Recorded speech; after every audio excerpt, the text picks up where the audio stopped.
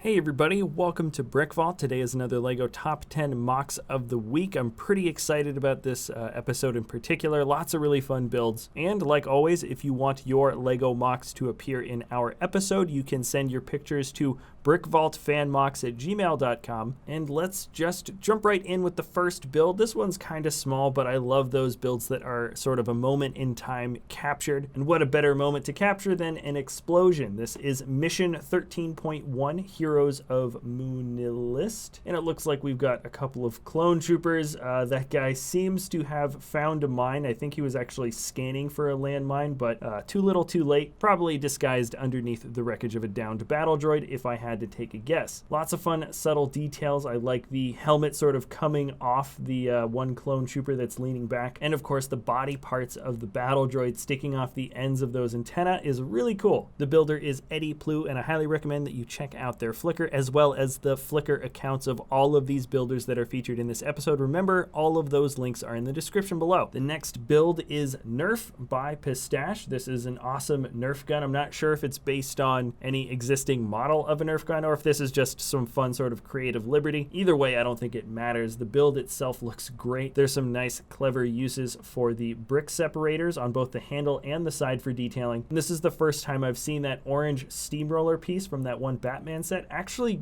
used in a really successful way. Definitely a solid build. Lots of cool stuff coming from this builder, actually. And let's move on to the next one. This is Sagrada Familia by Koen. This is a micro build of a structure that exists in real life, was started back in 1882, and is still technically under construction. That's kind of mind-boggling in and of itself, but we have a lot of fun techniques here with the droid arms, gear pieces, as well as some fun columns that stick straight up. Didn't know anything about this building beforehand, but I absolutely love its micro-scale version in LEGO form. So moving on down now to the next build, this is an antique gas station by Norton74. According to the builder, this is supposed to take place somewhere in the 1920s, and that blue car is an old Bugatti from a Grand Prix. Here, this build is a combination of a lot of nice little things. I like the build for the car. The thin telephone poles work really well with those small barrel pieces. The wooden roof is coming up a little bit because the tiles aren't pushed all the way in. I like that. And altogether, this atmosphere feels really solid. Now, speaking of solid, the number 6 build here is from Benjamin Che Ming Han, and it's called AAMS BR15 Barch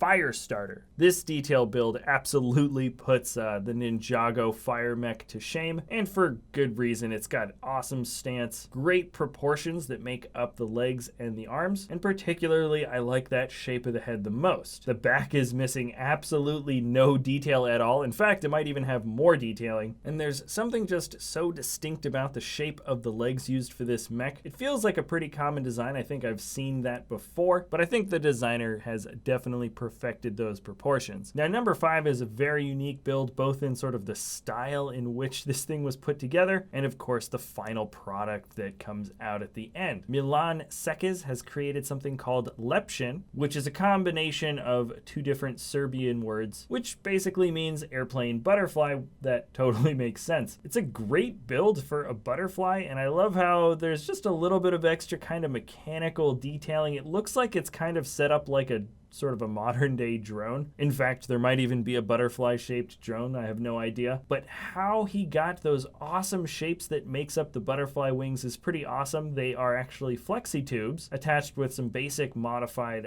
bricks at the ends for the points of the tips of the wings. And then the flexi tubes just wrap completely around at the bottom. That combined with a lot of fun angled slope pieces just kind of gives the impression that the whole wing is rounded over, even though there's a lot of space.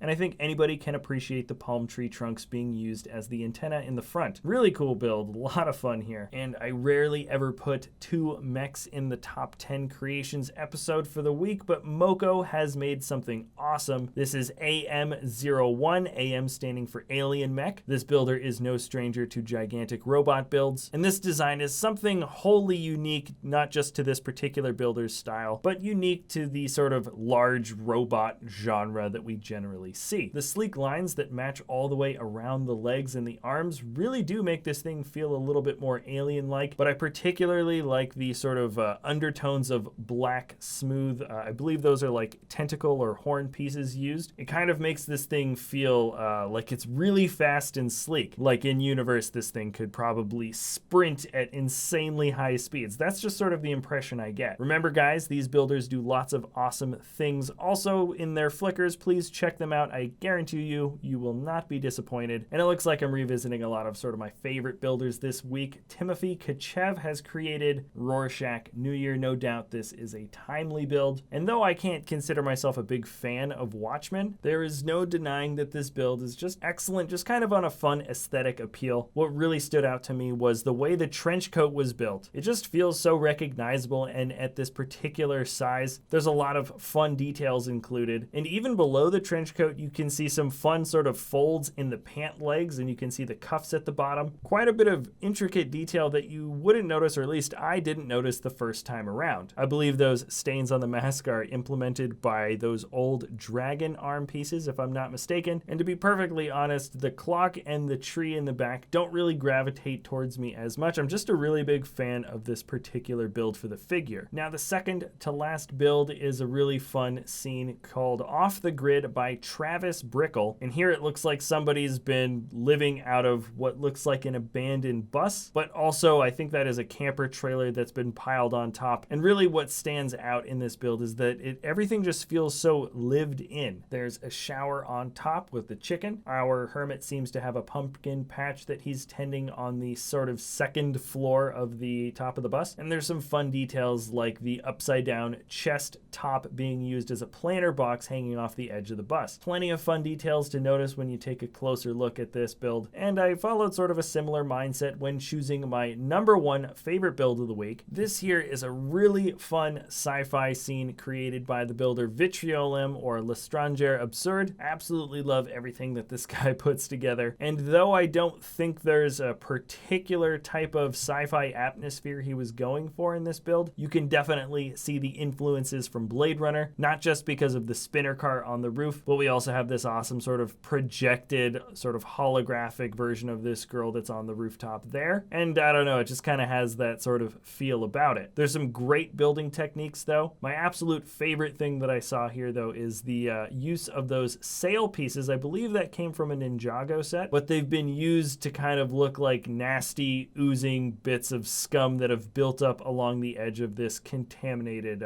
dock. It looks like there's a vendor maybe trying to sell some seafood right on the edge there, probably wouldn't buy it. And once again, this is a build that once you look closer, you can see a lot of fun details. I like the Green Arrow type character sort of plugging himself into, I think what's a machine for hacking. And it looks like he's trying to steal some cash from the ATM right behind the cop's back where it looks like somebody else is sneaking behind. And the build for the taxi definitely looks like something we've seen from The Fifth Element. There's plenty more details to notice here. And honestly, scenes like this make me want to just turn our Lego city into a complete sci-fi fantasy realm because the stuff going on here is just so cool, and I feel like there could be an entire universe with endless possibilities built up around it. Anyways, that is it for this top 10 mocks of the week. It is now time to show off your creations. These are all of the Fan MOCs submissions that I received last week. And if you do want your pictures to appear in the next Top 10 Mocks episode, check out the link in the description below. Our email is brickvaultfanmocs@gmail.com. All right, so here are the Fan MOCs of the week, and thanks a lot for watching.